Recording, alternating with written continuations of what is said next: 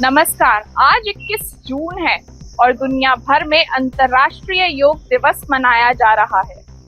इस समय हम मौजूद हैं गुरुग्राम के ताऊ देवीलाल स्टेडियम में, जहां जिला स्तर पर योग कार्यक्रम का आयोजन किया गया है। यहां पर लोग बड़ी संख्या में सुबह 6 बजे से मौजूद हैं। कार्यक्रम में मुख्य अतिथि के रूप में हरियाणा के उद्योग एवं वाणिज्य मंत्री राव नरवीर सिंह शामिल हैं और उन्होंने भी आमजन को योग के महत्ता के प्रति जागरूक किया। हमारे जिला के प्रधान भाई सरपंच त्यागी जी, अन्य अधिकारीगण, उपस्थित सम्मानित बहनों और भाइयों, प्यारे बच्चों, मैं इस अंतर्राष्ट्रीय योग दिवस पर आप सबका इस ताऊ देवीलाल स्टेडियम में आप सबका हार्दिक स्वागत और अभिनंदन करता हूं कि इस अंतर्राष्ट्रीय योग दिवस पर आप सब योग मनाने के लिए एकत्रित हुए। साथियों, आप सबको याद होगा कि आज से 11 साल पहले माननीय नरेंद्र मोदी जी ने संयुक्त राष्ट्र में पहली बार एक प्रस्ताव रखा कि अंतर्राष्ट्रीय योग दिवस मनाया जाना चाहिए और देश के दुनिया के 175 या 177 देशों ने समर्थन किया। 21 जून योग दिवस के रूप में आज पूरी दुनिया में मनाया जाता है और ये हिंदुस्तान की पुरानी परंपरा रही। हमारे यहाँ ऋषि मुनि, तपस्वी, पीर, पैगंबर इस धरती पर जन्म लिया और सबने इस योग को बढ़ावा दिया। लेकिन एक काल ऐसा भी आया कि आहिस्ता आहिस्ता लोग योग को भूलने लगे और फिर स्वामी रामदेव जी ने इसकी शुरुआत की और आज हिंदुस्तान के जन जन में ये लोग योग प्रसिद्ध हुआ और आम आदमी इस आर्थिक युग में, इस भागदौड़ के युग में योग एक महत्वपूर्ण साधन है सेहत ठीक रखने का। और मैं आप सबसे भी प्रार्थना करता हूं कि जिस इलाके में हम रहते हैं, गुड़गांव, इतनी भागदौड़ आज के जीवन में होगी कि हम अपने शरीर के लिए थोड़ा सा भी हम समय निकाल सके।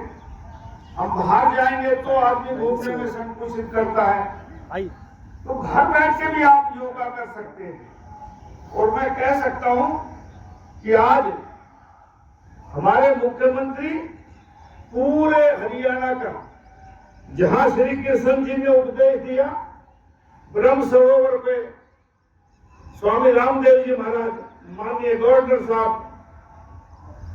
22 जिले और 121 ब्लॉक हरियाणा के, हर जिले और हर ब्लॉक में योगाभ्यास हो रहा है। इस अंतर्राष्ट्रीय योग दिवस पर मैं हरियाणा वासियों को बहुत बहुत शुभकामनाएं देता हूं और माननीय प्रधानमंत्री जी का शुक्रिया अदा करता हूं कि आज से 11 साल पहले संयुक्त राष्ट्र में उनके प्रस्ताव रखने पर दुनिया के तकरीबन 177 देशों ने इसका समर्थन किया और दुनिया के तकरीबन मुल्क आज योगा दिवस मना रहे हैं और इससे सेहत ठीक रहती है और सेहत ठीक रहती है तो मस्तिष्क ठीक रहता है। आदमी करो रोग योग और रहो निरोग और उससे काम की भावना बढ़ती है, शरीर ठीक रहता है।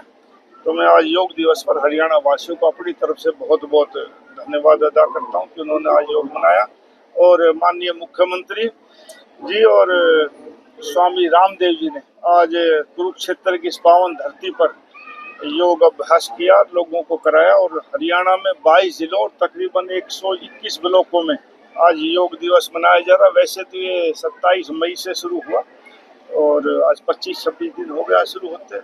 कई लाख लोगों ने इस योग में भाग लिया और मेरी कोशिश है, हरियाणा सरकार की कोशिश है कि हर आदमी रोज योग करे तो देश और प्रदेश निरोग रहेगा। हरियाणा के कई जिलों में मैं मानता हूं कि नए बच्चों में नशा ज्यादा हो रहा है, इसलिए सरकार का ये दायित्व बनता है कि जो भी प्रोग्राम चलाया जाए नशा मुक्ति चलाया जाए। सरकार इस पर पूरा ध्यान दे रही है। एक बात मैं कहता हूँ हमेशा से, जहाँ जहाँ भी राष्ट्र या प्रदेश या कोई शहर तरक्की करता है तो पेड़ों का विनाश भी होता है, लेकिन उस विनाश के साथ साथ उतने ही ज्यादा संख्या में पेड़ लगाए जाए। हमारी रेलवे लाइन निकलती, सड़कें चौड़ी होती है, जनसंख्या बढ़ गई, गाड़ियों की संख्या बढ़ गई, रोज एक्सीडेंट होते, सड़कें भी चौड़ी करते हैं, हम उन पर भी पेड़ काटते हैं।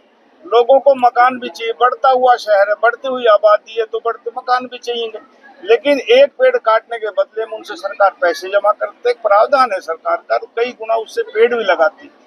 हमारी कोशिश रहेगी कि गुड़गांव हरित प्रदेश बने, हरित जिला बने। और एक पेड़ माँ के नाम मोदी जी ने नारा दिया, और मैं तो अपनी तरफ से कहता हूँ कि हम तकरीबन लोग हिंदू धर्म से ताल्लुकात रखते हैं। एक पेड़ तो हमारे जलाने के काम, जो हमारे मरने के बाद काम आता, तो कम से कम 2 पेड़ हम लगा के जाएं कि आने वाली पीढ़ियों को भी एक अच्छे वातावरण में सांस लेने का हक मिल सके। कोशिश कर रहा हूँ कि बहुत से ऐसे प्रजाति के पेड़ है जिनकी परमिशन लेने की ही जरूरत ना, मैं अभी बिल ला रहा हूँ और वो पास हो जाएगा। तो ये जो ऐसे स्पीसीज हैं जिनको जरूरत नहीं है, तो जैसे सफेदे का पेड़ भी है, तो ये हमारे यहाँ पानी की कमी करता है। बहुत से 7-8 प्रजाति हैं पेड़ों की जिनमें परमिशन लेने की आवश्यकता नहीं है। देखो, ये कॉन्फिडेंट तो अपनी तरफ से जब आदमी शुरुआत करता है तो पूरा होता है, लेकिन कितना जन सहयोग मिलता है ये लोगों के ऊपर निर्भर है। ये अकेला नरवीर सिंह का प्रोग्राम नहीं, ये जनमानस का प्रोग्राम है। और मैं खुद कहता हूँ, आप भी रोज देखते हैं कि AQI गुड़गांव में बारिश के अलावा 400 तक हो जाता है। तो यदि इसको AQI को ठीक करना, ठीक वातावरण हमने सांस लेनी है, तो इस पॉलीथीन सिंगल युक्त प्लास्टिक को हमें बैन करना होगा। सबसे ज्यादा प्रदूषण ये पॉलीथीन का बैग फैलाता है। तो इसलिए मेरा निवेदन है, और सरकार के तौर पर 2013 से सिंगल यूज प्लास्टिक और पॉलीथीन बैग बंद है। हमारी सरकार 2014 में, उससे पहले लेकिन अमली जामा नहीं पहनाया गया। तो अब मेरी कोशिश है पर्यावरण मंत्री के नाते कि इसका बंद किया जाए, इसका उपयोग बंद हो और एक अच्छे वातावरण में हम सांस ले सकें। मैं नहीं कह रहा, सारी दुनिया कह रही है। हिंदुस्तान में गुड़गांव और फरीदाबाद सबसे ज्यादा प्रदूषित है। मेरे ना कहने से ना नहीं चलेगा, लेकिन हमें इसको ठीक करने में आम जनमानस का सहयोग जरूरी है। इसलिए मैं हर जगह निवेदन करता हूँ, और फिर सरकार की तरफ से लोग ना मानेंगे, थोड़ी कानून व्यवस्था सख्ताई से काम करेंगे।